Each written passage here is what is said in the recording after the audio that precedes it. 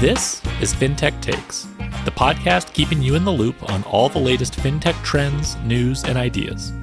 I'm Alex Johnson, creator of the Fintech Takes newsletter, your host and self-confessed fintech nerd. Let's go!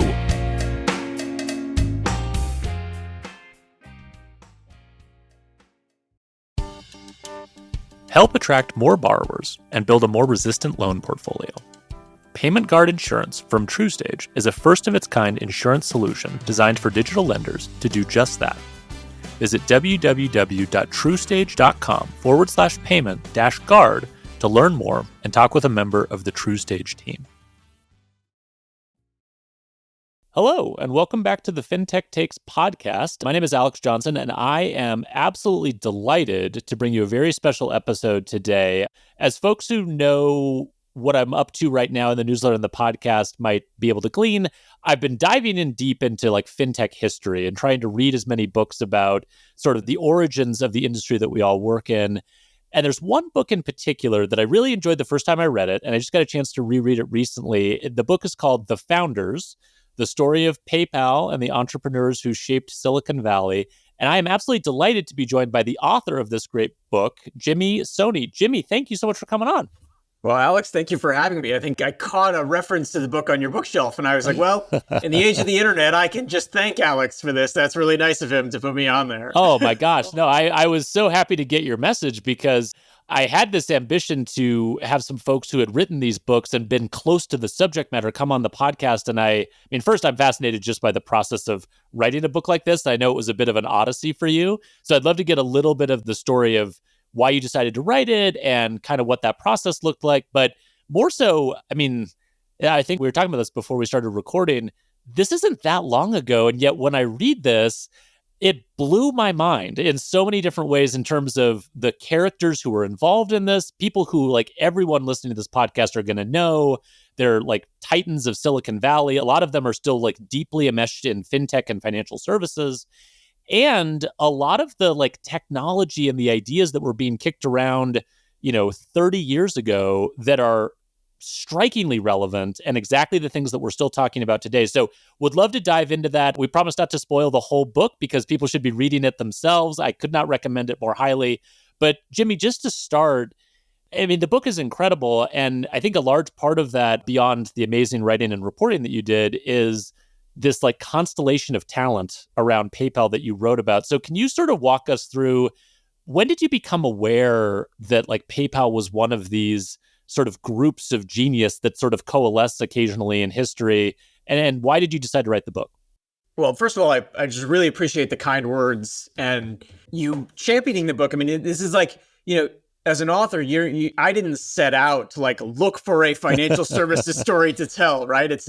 That's not my process. So it's nice. What's nice is that people who are highly knowledgeable about the field and who also can take kind of this much wider view, the fact that you appreciate it actually means a lot to me because I am not an expert. And I was coming in, I mean, honestly, this will sort of hopefully be interesting to your listeners, but I was Googling basic terminology, right? I mean, I'm trying to make sense of it. Yeah. But in a way, what was valuable about that is that a general audience could then find, they'd go through the same process of discovery that I did, right? So here's an example, just to make it concrete. We say the word viral or virality. Yes. But it's around this period of the internet when virality, quote unquote, is becoming a thing for the first time. So what I had to do was go back and wait, where did this come from, this idea? Yeah. And I kind of did the research of figuring out, okay, well, there was this case study where Hotmail, quote unquote, went viral because they included a little sign-up link at the very end of their email. And the only reason I learned that is because I'm sitting in interviews and I'm asking, these sort of people who are there, wait, when did you first discover this idea that user growth could come through something like virality? Where does that come from? And they're like, well, we all got Hotmail accounts and it was because of this little thing. And then it was a gentleman named Luke Nosek who said, they actually wrote this case study up in a newsletter that was circulated at the University of Illinois. And I saw that and it embedded in my head, the best products encourage the users to find new users, right? And so organic growth through this kind of virality is something that can be very, very powerful because Hotmail grew so rapidly. In any case, it's just a way of saying I was not an expert in fintech, nor was I an expert in like technological or tech reporting per se. I'm not writing about Musk every day. I'm not writing about Levchin every day. I was a bit of an interloper. I fell into this story. But the quick version of how I got to it is that I had spent several years writing the biography of Dr. Claude Shannon, who may not be super well known to your listeners, but he was the founder of a field called information theory, and he was one of the leading lights at Bell Laboratories. So Bell Labs is probably a name that most people have heard. And in the 20th century, there is arguably no greater collection of talent. This is a group that wins multiple Nobel Prizes. They invent the transistor. They invent touch-tone dialing. Like we use something created at Bell Labs every day. And so what I did was like, when I was like procrastinating on writing that book, I would just look around and I would sort of think like, these stories of these groups are really interesting. Like, how do they come to be? Like, why is it that like these little clusters of talent exist, and how do people find their way there? And so naturally, you sort of think about like Xerox PARC is one cluster. You look at Fairchild Semiconductor within tech history, that's another cluster. There are others in culture and in art. And then you kind of look at the 1990s, there's no density of talent that rivals the folks who are at PayPal, right? And it's not even because of the people that you know. Like, yeah, you know Elon Musk, you know Peter Thiel, but the founders of YouTube were early PayPal employees. The founders of Yelp were early PayPal employees. Yammer, Palantir, SpaceX, Tesla, LinkedIn. Many of, I would say, in many cases, I was meeting employees who were either like somewhere between employee 1 and employee 25 at many of these companies that are still around today. And so what I did is I actually just went on Amazon to try to, like, I've assumed that someone had done the book. Sure. Because it's just like, it was just such a crazy cluster of talent. These people are rich and famous. Like, I figured somebody had written a version of this story. Yeah. And there wasn't anything out there that really captured kind of like, how did this company come to be? And how did all these people find their way to this company? And it was just something that like basically bothered me. I was like, wait a minute. This is a consequential company. The company is still around today, both for the impact of its alumni and because of what PayPal did within fintech. Yeah. This is like a super important company. Like, how come no one's done this book? And then you kind of come up against a natural question, which is it's super hard to get all of these people to sit down and talk to you. And just both because of their just general skepticism of people who write things. Right. And then also because they are still building. And so It's not as though this is like their last hurrah and now they go back and they reflect on it. It's like these people are all actively building things. So that's basically where it started. It started with the question and the puzzle of why hasn't this book been written? And then I kind of just, I went for it. It was a matter of many, many years of outreach and research. That's amazing. Well, it really is stunningly well reported in terms of just the number of interviews you got. I mean, you sat down with all of the notable folks that you just mentioned, but also a lot of folks that I think, people don't know or that play these pivotal roles. I mean, you mentioned Luke before. He was one of my favorite characters in the book because, I think there was at one point they were talking about like, what's his role at the company going to be? And like, he's just going to have Luke ideas and sort of wander around and think smart things and come up with like customer acquisition hacks that then become part of the playbook of how you grow tech companies in Silicon Valley. So it really is just this amazing constellation of talent, as you mentioned. And I'm glad that you got obsessed and sort of mad about this not existing, because now it does. Yeah. It's awesome. So I want to go through a couple of the sort of early years. We promised not to spoil the whole book, but I think that one of the things that's really interesting that you set up really well at the beginning of the book is there are these different groups of people who are kind of on this slow-moving collision course. And we sort of know that it ends up with PayPal, the company that we all know, but it's a pretty interesting story. And all of these sort of random collisions of these incandescently talented people. So I wanted to start with Max Levchin and Peter Thiel. Can you sort of walk me through? I mean, obviously, I think everyone listening to this podcast certainly knows who both those folks are. I think maybe outside of fintech, Max Levchin is a little less well-known, although Peter Thiel has a pretty high profile these days. But where did their paths kind of first cross? And what was the initial vision they had for their company, which was originally called FieldLink and then Confinity after that? It's a great question. And it's actually interesting because I'm talking to someone in you, as well as your listeners, who actually know who Max Levchin is. We do. Which is great. We do, yeah. Right? He's today the CEO and founder of a firm He's one of the better regarded, engineers in Silicon Valley, CEOs in Silicon Valley. And it's interesting because outside of Silicon Valley, Max is not super well known, right? And so you have this interesting cognitive dissonance because the people that I interviewed who had worked with Max and even kind of in and around the ecosystem speak of him like really glowingly. I mean, like to a person, right? Even Elon, who battled with Max a little bit during this story, spoke of him really in a praiseworthy way. And at the same time, like I had this curious character who has this incredible life story, but had never really he's not a household name. And by the way, I actually think he prefers it. If I had to guess, I've never asked him this, so I think he prefers it that way. I'm sure you're right. I think he's an engineer's engineer. He's somebody who likes solving problems. And his view of startups is this is vehicle to solve for problems and frustrations that he sees in the world, right? A more lucrative life choice than writing books. Newsletters too. Yeah. My problem fixing yields books. His problem fixing yields multi-billion-dollar companies, right? So in any case, you asked the question, how did he and Peter Thiel intersect? So they intersect in 1998, and it is sort of total happenstance in some ways. Max has just moved to the Valley after graduating from the University of Illinois, and the internet boom is happening. He's moved west to kind of figure out how he's going to participate in the internet boom. He'd built some what he would regard as sort of failed companies, or several failed, one sold for a small amount of money while he was at the University of Illinois. He moves out west, and he's in an apartment that doesn't have air conditioning, and I guess it was like a particularly hot summer in Palo Alto. So his hack for that is that he'll walk around Stanford's campus and basically just kind of see what classes he could kind of anonymously drop into, right, without anybody getting noticed, so that he could have air conditioning for a little while. That's hilarious. And he sees a flyer, like a post, some kind of posting for a class taught by this guy named Peter Thiel.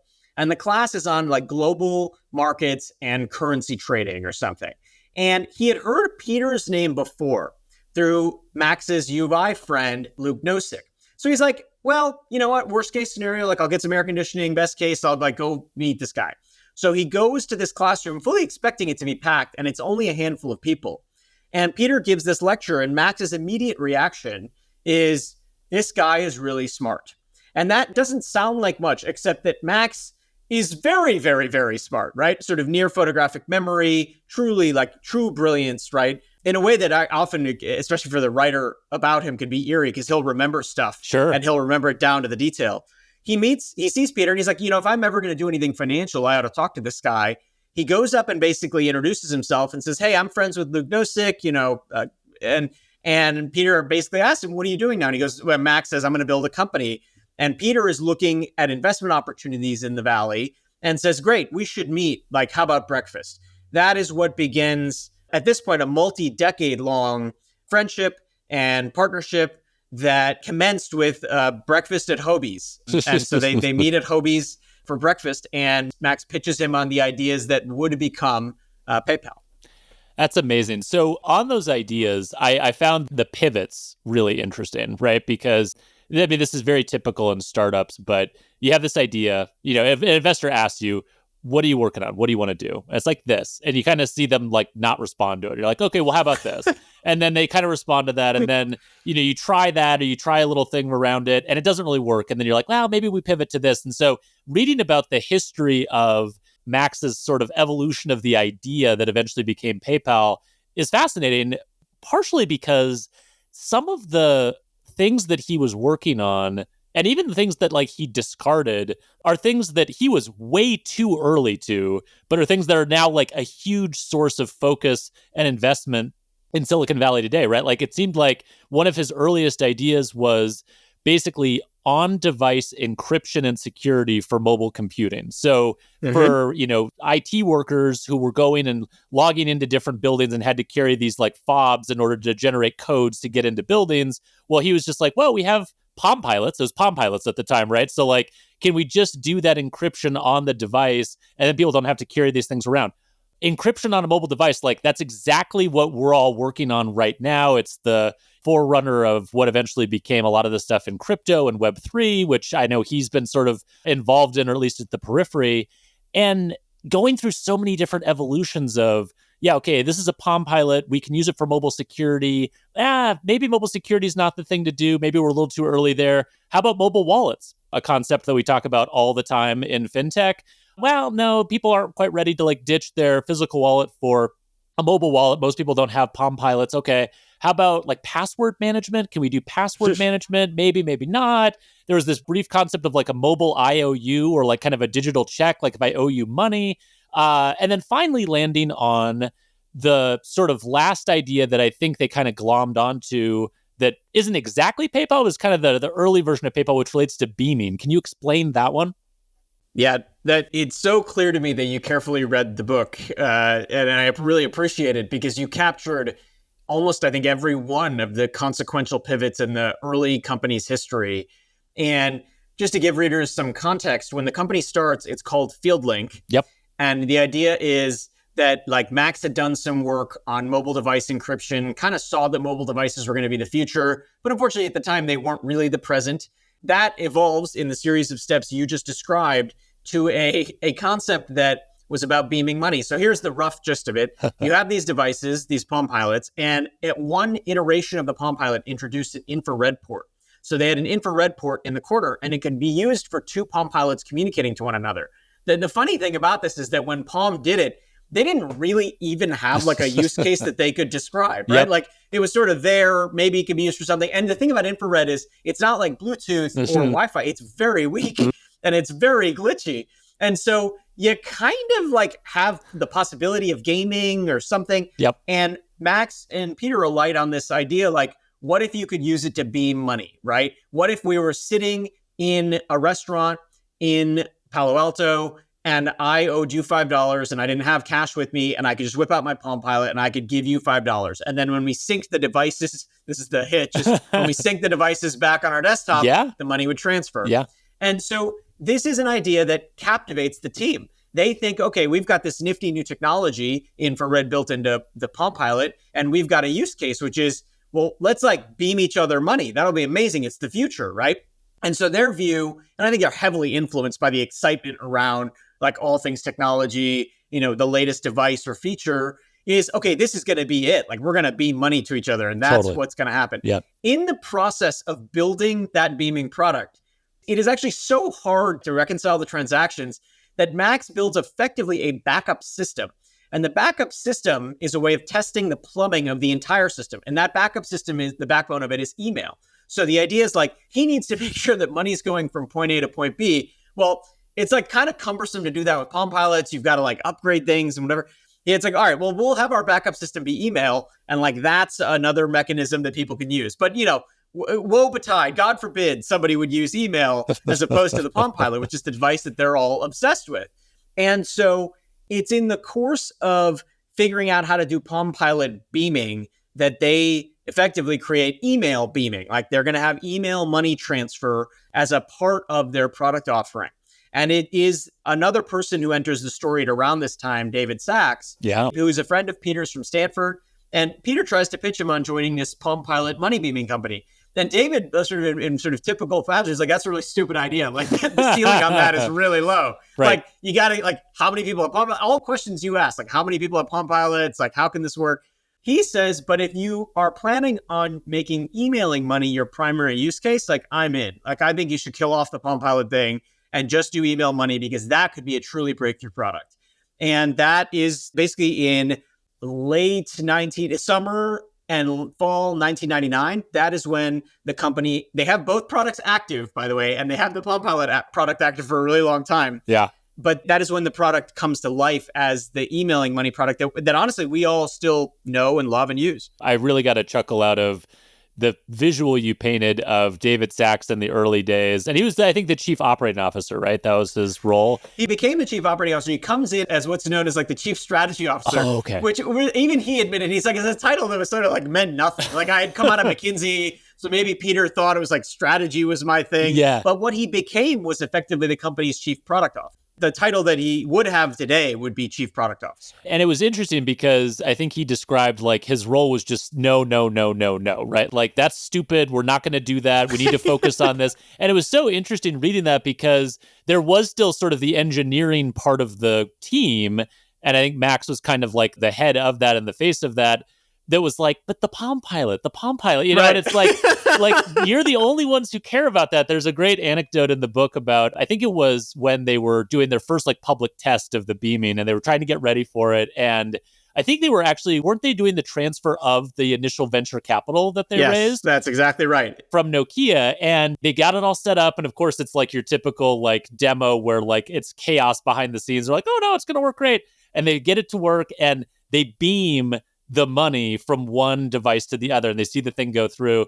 And then the camera crews from the television stations that are there are like, oh, we missed that. Can you do it again? And like Max Levchin like has a heart attack. He's like, no, we can't do it again. Do you know what we just did? So there's some really cool anecdotes about just like the evolution of that product. And then this sort of backdoor into email, which you put in good context in the book around like, this is when email is ascendant, right? Like mobile technology is a ways away, but you've got mail with Tom Hanks. We have just the use of email as a mechanism for communication exploding. Like people don't get a lot of things about the internet or mobile at that time, but email, it has its mass market moment. And so it turns out that that's kind of this tide that lifts everything up. And I want to circle back to that. But before we do, the other obviously massive personality in all of this that enters the story is Elon Musk. And I had no idea until I read your book that one of Elon Musk's first jobs was as an intern at Scotiabank. As someone who works in financial services, that like blew my mind. I was just like, oh my God, I literally can't believe that. But I would like for you to just walk us through quickly, why did he go to work at Scotiabank? What was he doing there? And how did that experience like shape his view of banking? No, it's a great question. And honestly, no one, we have a hard time, I think, even in our minds, like imagining Elon the intern, Totally. right? Elon the bank intern. Yeah, boss. He has a boss. Like, when was the last time he had a boss? Yeah, it's wild. Exactly. Yeah. If I'm not mistaken, this may have been the first and last time he ever did. But there's this period in his life, he leaves South Africa and goes to Canada. And when he arrives in Canada, both he and his brother end up in Canada. And one of their techniques, and by the way, this is it was actually a really useful thing to learn because it demystifies some of these days Elon is a Rorschach test. He's less of a person. It's more like you say the word Elon and you'll reveal more about the person's response, right? Than you will about Elon himself. But I think one of the interesting things about him is that he really does have somewhat modest beginnings. And this is one example of the modesty, which is he and his brother arrive in Canada. They don't know anybody. They're at university. They're trying to figure out, like, what do we do? So they take interesting people they find in the newspaper and they will cold call and just try to get meetings. And so I think at one point I had read somewhere, I didn't ask him this specific question. So this is not something I fact checked, but that they had reached out to somebody at the Toronto Blue Jays. Wow. Right. But one of the people they reached out to, they had read about this guy, Peter Nicholson, who was involved in Canadian politics. They found him really interesting because he was a scientist who became involved in politics. And he had transitioned out of politics to working at Scotiabank. And so they basically called this guy and said, Dr. Nicholson, we'd love to meet you. And I found Dr. Nicholson and he's like, well, yeah. He's like, you don't get a call every day from two people who are just interested to meet you, right? It's rare for somebody in my position to just get a cold call. And so he said, okay, I'll meet you for lunch. They get together and, they're very dynamic. They're dynamic then, dynamic now, both Kimball and Elon. And essentially they're asking or soliciting for an internship. And Dr. Nicholson says, look, I don't have 2 spots on my team, but I have one. One of you can come aboard. And that is how this starts. So Elon takes the internship and he ends up working at Scotiabank alongside Dr. Nicholson. And the value of this role in addition to the relationship that he develops with someone who would basically become a mentor, I think it'd be safe to call him a mentor, is that Dr. Nicholson is basically a kind of a consulting outfit within Scotiabank reporting directly to the CEO. So Elon is not having to do basic banking tasks. It's just that this CEO, his name is Cedric Ritchie, he will assign interesting questions to Dr. Nicholson. And then Dr. Nicholson will go back to this small team that he has and say, let's figure out the answer to this question, right? And it can be big macroeconomic stuff. It can be internal stuff. But that's Elon's exposure and introduction to banking and financial services. And it's a very unique vantage point. Also, remember, he's not even 20 years old at this point. Right. And so he's getting all of this kind of exposure very early. But that is what starts Elon's interest in financial services. And I would add one final thought. It specifically starts his frustration with banks and with big banks Yes. and their inability to think in more dynamic ways about their own business. Yeah, I mean, you have a great anecdote in the book about a specific problem that Dr. Nichols is given and puts Elon on kind of to like, I think you described it as like, give sort of his hyperkinetic intern something to do and chase, which is a great way of describing, I think, Elon Musk then and certainly now. And you can just sort of picture him like diving into this problem.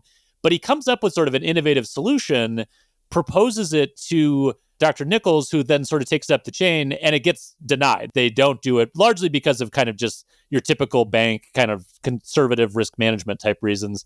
And it's so interesting reading that story because you can just sort of picture Elon Musk like cementing this idea in his head that like banks are hopeless. Like banks are just hopeless. And like they're so massively big and important, and yet there's no chance the banks will ever be able to keep up with technology and to just sort of evolve their business model. And I'm sure there's many, many different thoughts and motivations that drive Elon Musk, but everything that he's done since then seems sort of rooted in that, like, I can't believe that they wouldn't do this. Like, I just can't believe it. And so I want you to fast forward a little bit. He comes away from that experience and founds a company called X or X.com, right? And I have another question for you later on about the name X, and I just want to get into naming generally for a second. But before we do that, can you sort of just explain quickly, like, what his goal was in building X, and over, the next couple of years as he's working on it, like, how much progress does he make towards this vision? Because, I mean, he's obviously world famous for huge, ambitious visions and then pulling reality closer to those visions. And this financial services one is no exception to that.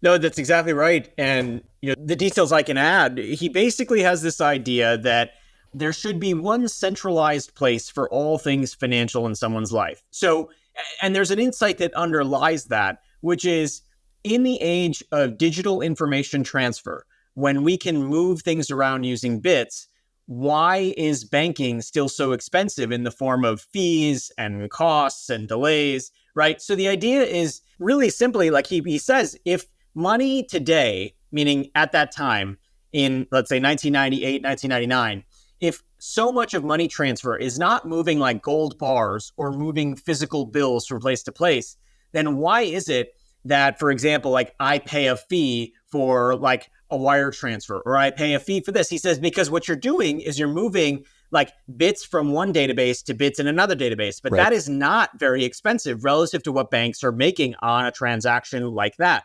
And so his basic thesis is like, what if we could just have it all in one place? All your money, your mortgage, your brokerage, your loans, your insurance, your basic checking, savings, credit cards, debit cards, everything. And he sets out to bring that vision to life. And it's an enormous vision. He even positions himself in the press. He says, we're going to be, cheaper than Vanguard. We're going to defeat, Goldman Sachs, JP Morgan, all of these people, because we're just going to take all the money, because we're just going to be a lower cost provider for all services. And it's in the course of creating that one of the features that X creates is an email money transfer mechanism. So what they do is they basically say, well, naturally, if like you're a member or if you're a user of X, if you're a customer of ours, you should be able to email money. So I should be able to send Alex $5 using email. That's a natural byproduct of basically wanting to do everything financial. It's not the big breakthrough use case, right? But what he finds in his early presentations to people and in the early success that the company has is that the feature that people are most excited about is the email money thing. They think it's like incredible in the same way that the folks down the street, Peter and Max, are saying, wow, people are really wowed by this email money thing, right? And so that's basically the very short, very compressed history of X. I'll add one final thought on this, which is he gets further than most people think. Like today, PayPal as like the emailing money company. Yep. When Elon was building it in the summer of 1999, they had X branded debit cards. Yeah. He manages to actually take the vision pretty far. Like he has checkbooks made. And to this day, he's frustrated that PayPal doesn't have physical checks. It was one of the more colorful quotes in the book is I was interviewing him about this and he got on the topic of checks and he's like, sweet baby Jesus, give him goddamn checks, like referring to contemporary PayPal. That was one of the funnier lines. It became like a little tagline among friends of mine and I, which was like, sweet baby Jesus, give him goddamn checks, right? He wants all things financial to have less friction, to have less cost, and to be warehoused in one place, which for him is X.com. That's amazing. And I'm so glad you mentioned the progress that he made, because that was something I didn't realize, right? Like I was paying attention to different things at that time and things of a much less consequential nature. And so I didn't really know what was going on with X. And it was a relatively short period of time, but it is really interesting. And you do a great job describing this in the book of, I almost think of it as like Elon Musk that we know today, which is like smash through any barrier, any type of regulatory thing that gets thrown in front of him, even if it's relating to like sending rockets into space. He's like, no, that's stupid. We're going to do it anyway. Like he's honed this methodology of building great things and smashing through any obstacle. So picture that, but like early days where he's still probably sort of like developing that superpower combined with financial services, which is unusually conservative and highly regulated, even among the fields that Elon Musk has since jumped into and tackled. And it's so interesting to kind of watch those two like opposing forces play out in your book in that summer of 99, because like, yeah, they had a debit card, they had a bank partner, they were sending out checks. I think they were actually doing like lines of credit. But at the same time, they were also getting in trouble with regulators. And there was like, I think a New York Times story about some security vulnerability. Yep. And like, there were all of these things that were your typical Elon Musk move fast and break things and don't slow down and don't like listen to anybody. But watching that contrasted with financial services, I mean, seriously, anyone who works in fintech today and is like sort of amused or frustrated by fintech running up against regulation, whatever, like take the worst version of that and the most intense version of that you can imagine and magnify it by 1,000. And that was like X in the summer of 99. So I'm glad you mentioned that. But honing in on this email money concept, it's fascinating, first of all, that all of the principal folks involved in it, apart from, I guess, David Sachs, were like, this is stupid. This isn't what we're trying to build. Like, what are we doing here? But everybody loves it. And so, like, the market just converges on it and finds perfect product market fit. And you do a good job painting the picture in your book of X.com and Confinity. They were actually, like, close from a geographic proximity perspective, right? Like, they were sometimes in the same building or within, like, the same general area in Silicon Valley. But while they knew about each other, they didn't really care or like view them as competitors until this email money thing started. And in particular, and you do a great job of framing this in the book, the war for eBay. And it sounds like it's just a thing that happens over like almost over a couple of weeks, but there becomes this frantic war over eBay. So can you sort of explain what that was? So, take a step back. We're looking at like the summer of 1999. This is the year before the dot-com bubble burst. Yep. There is still a lot of heady optimism within Silicon Valley about about everything, about how the internet is going to literally just transform everything. And you have these two companies with two different casts of characters. You have X.com, which is trying to be like the bank uber alles, like the one place everything financial can go. And you have this company that has more called conservative ambitions, which is we're going to make digital money transfer through email and / Palm Pilot work for users. And what happens, and this is one of those things that like, I think it's hopefully resonates with listeners who might be at startups where you kind of fall into product market fit. You can't engineer these things precisely. This is something that happened to both of these groups of people. And I say that because you look at these people now and they are kind of a who's who of Silicon Valley. Totally. And even they had the accident of the following success, which is both services take off on eBay. And so at the time, eBay is already a publicly traded company. They basically built the world's first successful digital auction marketplace. They are massive, but what they haven't done is figure out payments. And that in some ways was a deliberate strategic choice, because if you quote unquote figure out payments, you've then got to deal with the regulations and the burdens and all of that. So they let their users, buyers and sellers, just figure out payments on your own. If I buy an old baseball card from Alex, fabulous. You've used eBay. Good luck. Like, just go figure out the payments yourself. I could send Alex a check. I could send you a money order. What into that vortex steps Confinity with this product they have called PayPal, and X.com with its emailing money product. And what that allows you and I to do is, now I've bought your baseball card. Well, great. I can just send you money using PayPal. So like, here's your $50. Now send me the baseball card. And it is cheaper and easier than money orders, Western Union, checks, cash. And maybe we're using cash. They were sending envelopes of cash to each other to reconcile eBay transactions. Crazy. And so you have like these two companies, and then they do one other thing that leads to the wildfire growth, which is they give money away. So viral growth, virality. Viral growth. And so what they do is they essentially incentivize, like if I open a new PayPal account and it comes through Alex's referral link, you get $10, I get $10, and then you get another $10 if I like open it and use it, right? Right. And so the idea is like that enables crazy growth on eBay because it changes the margins on eBay auctions. So a lot of these eBay auctions at the time, they're not high. Like we know eBay is the place where you can buy a car and buy like true luxury items. At the time, a lot of what's being sold on there are like small time items, Beanie Babies, like things you'd find at a flea market. So if you're getting like $10, potentially $20 on a transaction, like your margins are like increasing considerably in some cases. Totally. The other thing that eBay has is a concentrated community of sellers and buyers that are all on these message boards where they're like rapidly absorbing information about eBay. So at some point, multiple people start saying, hey, have you guys checked out this thing, PayPal? Geez, these guys give you money and you're allowed to send money. This is so great. And from there, the growth was mathematically viral, like true viral growth. And so they ran the numbers. But basically, you have two primary players, Confinity with its PayPal product and X.com. And they start a multi-week war with each other. And the way Elon kind of archly and somewhat humorously described it is that it was a race to see who could run out of money the fastest, right? Which is a perfect way of putting it, because that's basically what happens is as soon as something like that takes off, you have scam artists, you have fraudsters, but you also just have like a massive increase in the amount of money that is going out the door, right? Because you're giving away these bonuses.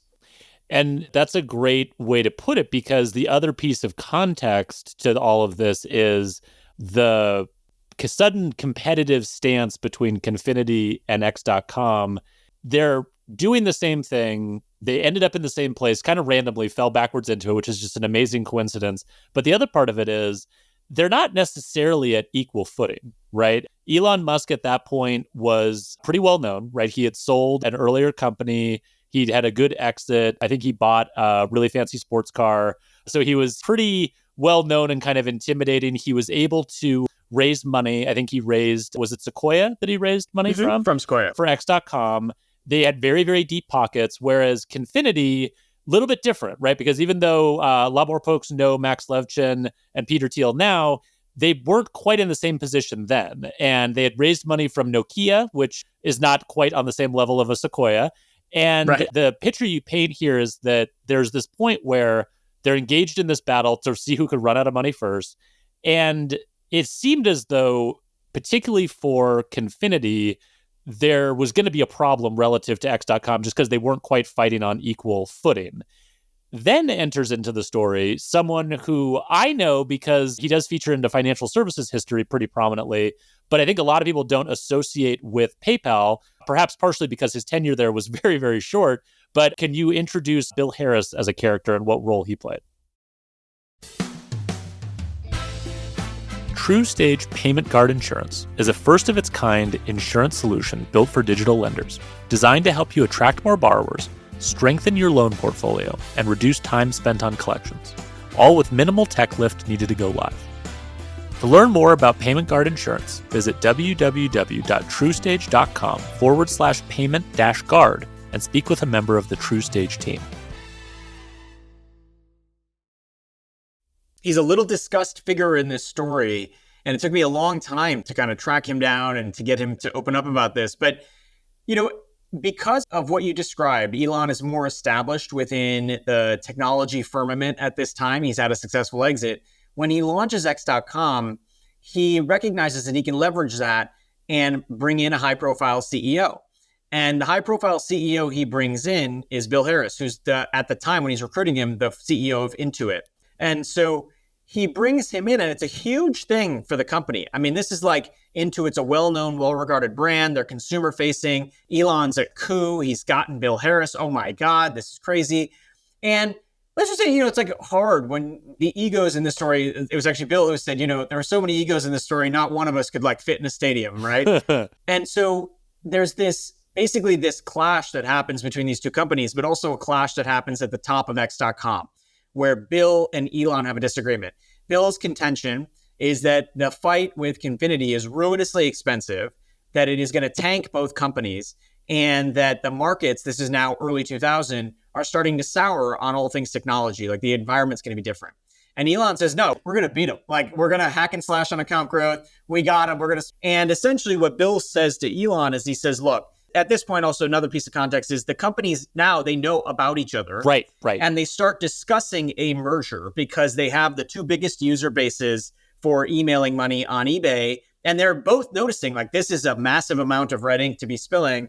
And so they start discussing a merger. Elon is opposed to it. And Bill says, we merge or I quit.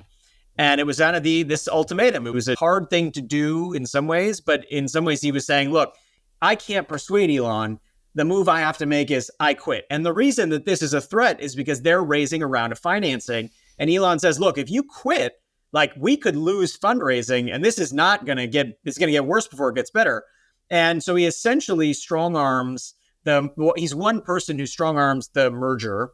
And the negotiators on the Confinity side push for a 50-50 merger, which is not what Elon wanted. Right. So you have all these parties who basically like get unhappily married in March of 2000. With Bill Harris like holding everyone's hands and like pulling them into the aisle, right? There are other figures here who had to do somewhat of the same thing. Peter recognizes that the competition is not good for either company. Yep. They kind of come around to the realization that it was the right move. But at the time, I describe it in the book as a shotgun wedding, and it really was. This was a merger done against Elon's will because Elon believed that he had the resources and the staying power to outlast Confinity and that they would essentially like run out of money, but he wasn't going to. And by the way, mathematically, he was probably right. Yeah. Like they probably would have run out of money before he did. Yep. And it's possible they wouldn't have been able to raise a subsequent round of financing. In any case, that is where you're left in March in 2000, which is, you have these two companies merging. And it's happened in the course of 8 to 10 weeks total is like they first realize they exist and then they decide to merge. And you have people at the top who are deeply unhappy about this. One person who's had to issue Elon an ultimatum in order to get it done, right? Like there's all of these complexities, and that's where you find yourself in March of 2000. And that's exactly when the NASDAQ starts a slide that would wipe out, 86% of the value of the NASDAQ at one point disappears in the year 2000. They sort of talk about like dog years. Like you have to measure the 4-year history of this company, because it's only 4 years of the period that I'm writing about it. Is to really be measured in dog years. We are really talking about a classic startup story, 7 days a week, intense pressure.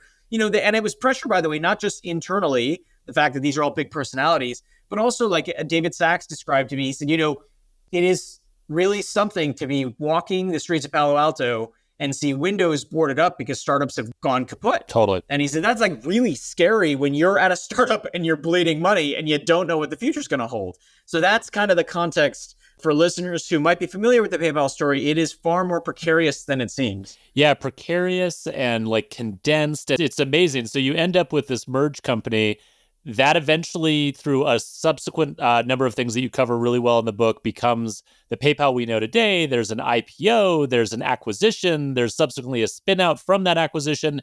I won't spoil any of the remainder of the book, but suffice it to say, if you haven't already been intrigued enough to pick up this book, really it is an absolutely incredible history of those 4 years. Before I let you go, do you mind if I just ping you on a couple of the sort of more amusing anecdotes from the book? Because there were a couple that I got a good chuckle out of. One is, immediately after what you just described, right? The two companies have merged. They raised a $100 million round from investors as well, right after they merged. So they have this war chest of money.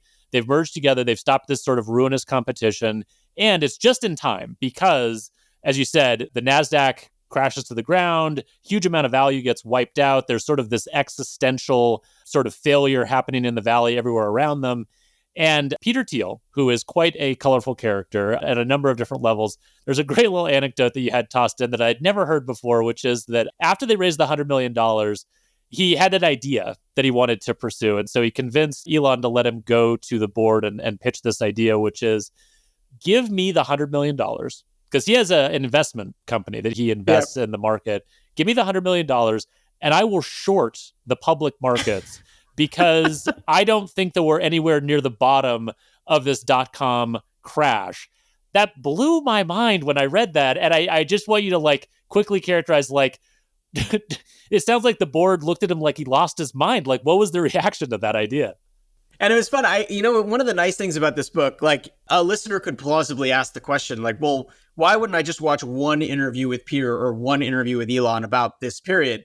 And it is because the fun for an author and hopefully the fun for a reader is that I get to do the like asking each person the same question test, right? And so I got to speak to the board members who were on the receiving end of Peter's proposal. Yeah. I got to speak to Peter about the proposal. Yeah. I got to speak to Elon about the proposal. And I got to speak to Max about the proposal. And so it's this really funny thing of listening to their reactions, right?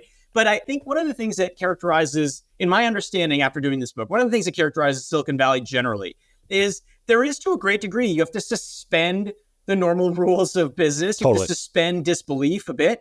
And it was simply obvious to Peter that like the markets were not done with their bloodletting at the end of March of 2000.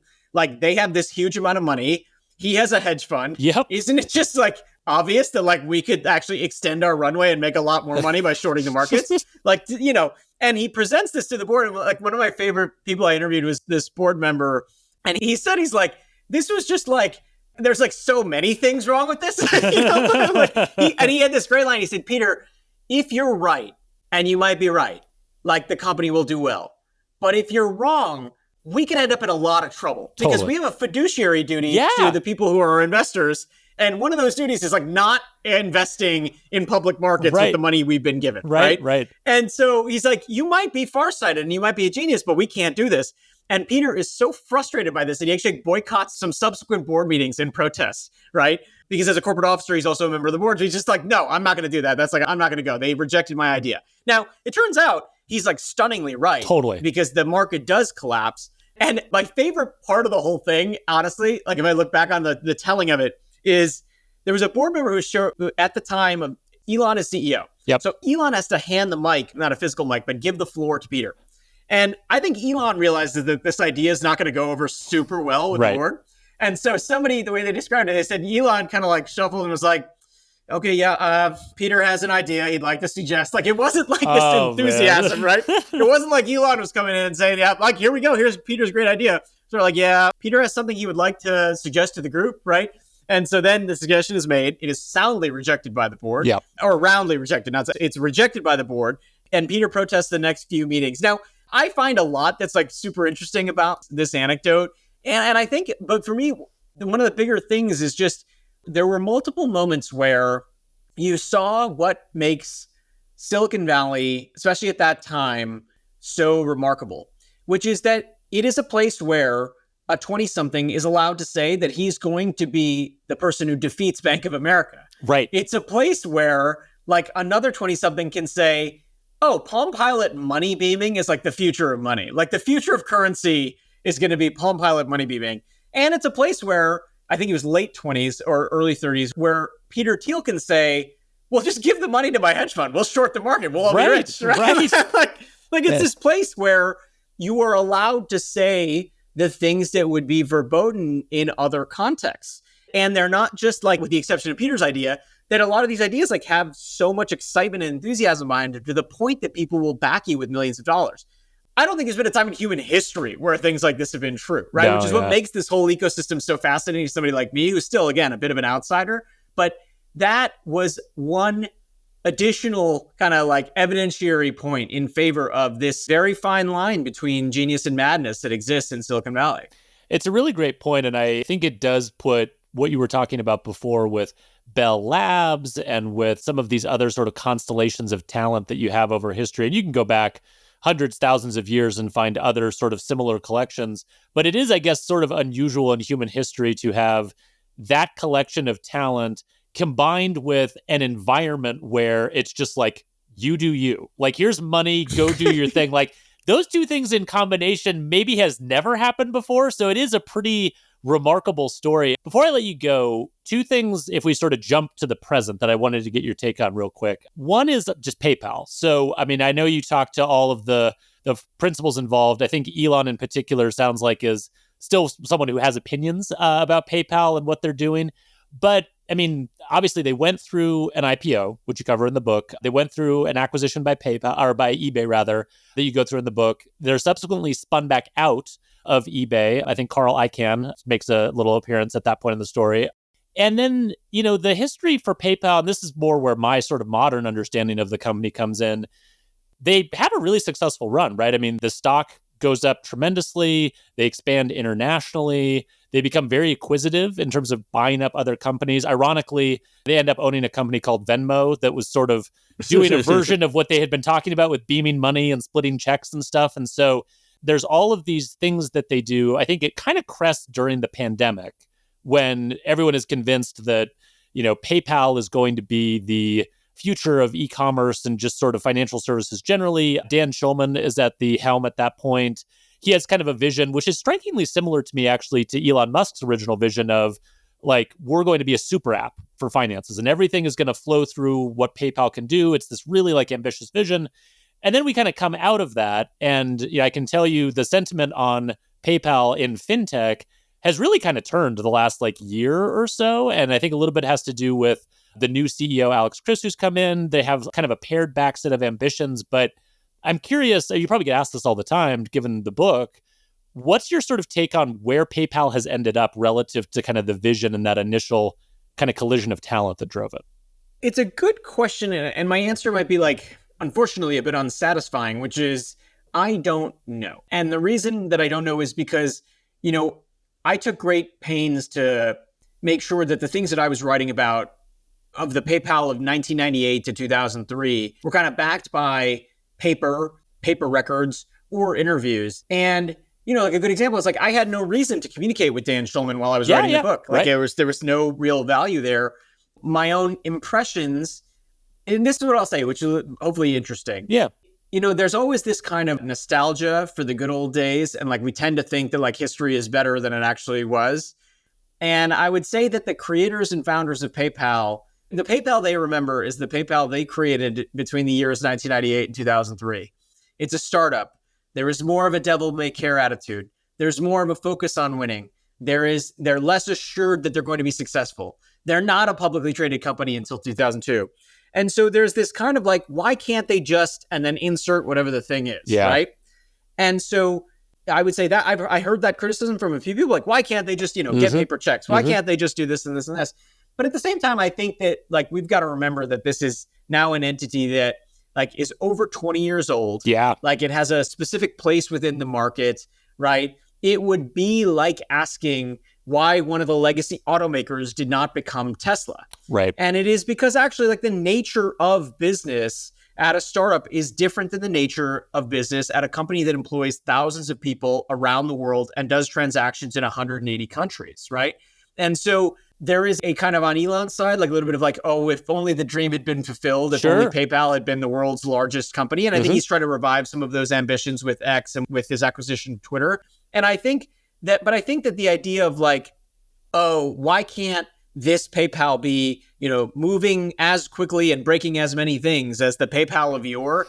I'm not in a position to judge, but to me, that judgment's a little harsh because we are talking about a fundamentally different company. Yeah. And it is subject to many, many more rules and regs than PayPal was at its creation. And it employs many, many, many more people. So it is a supertanker, and shifting a supertanker is super hard, right?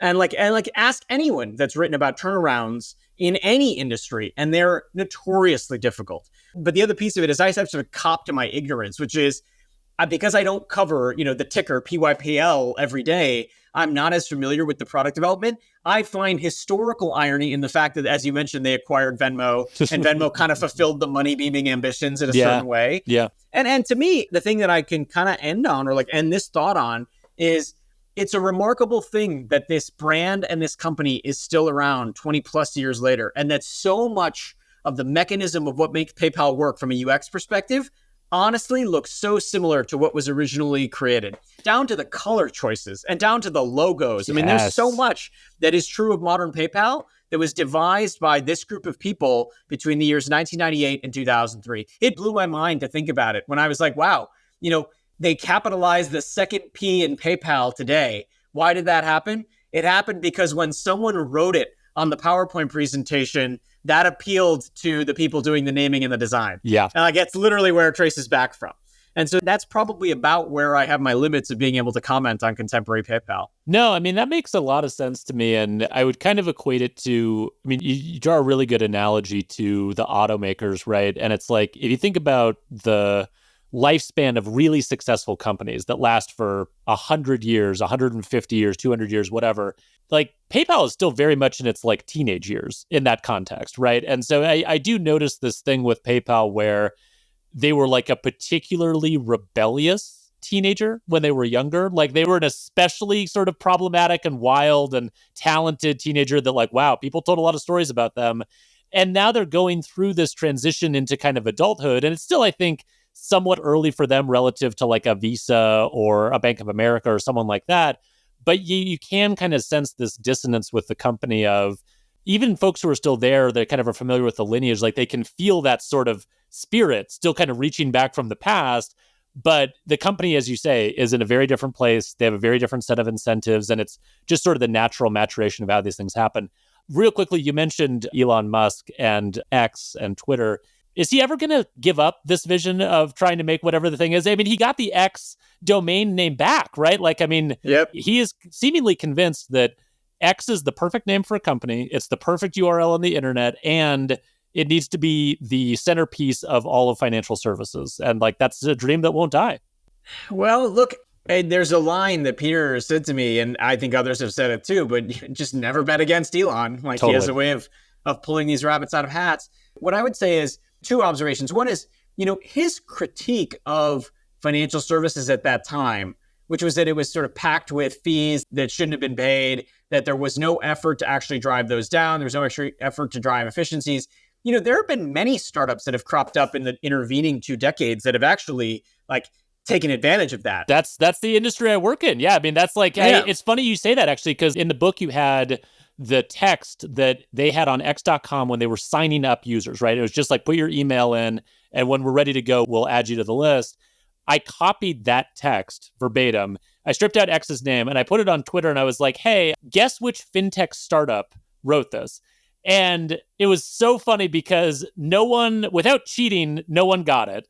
And they were guessing companies that are like 10, 15, 20 years newer than PayPal, like modern companies. They're like, oh, was it, name this neobank or whatever, because it sounds exactly like how they talk about the problem. Yep. And I would say take one other step further into a slightly different field, not its tangent. When Confinity first launched, it described its PayPal product as the new world currency. Like, where have we heard that? So there's this whole language in the crypto space that is very, very consonant with the stuff that the folks at PayPal were trying to build early on. The idea of this industry, like, that is conservative in nature. Well, why can't they do this better? Why can't they do this cheaper? So I think, like, in some ways, Elon's thesis was right. He was just 20 years earlier. It was, let's say, 10 years early. Yeah. Because you have, for example, like, I only know this because I'm a customer, like, Fidelity has no cost index funds at this point where you're paying no fees, right?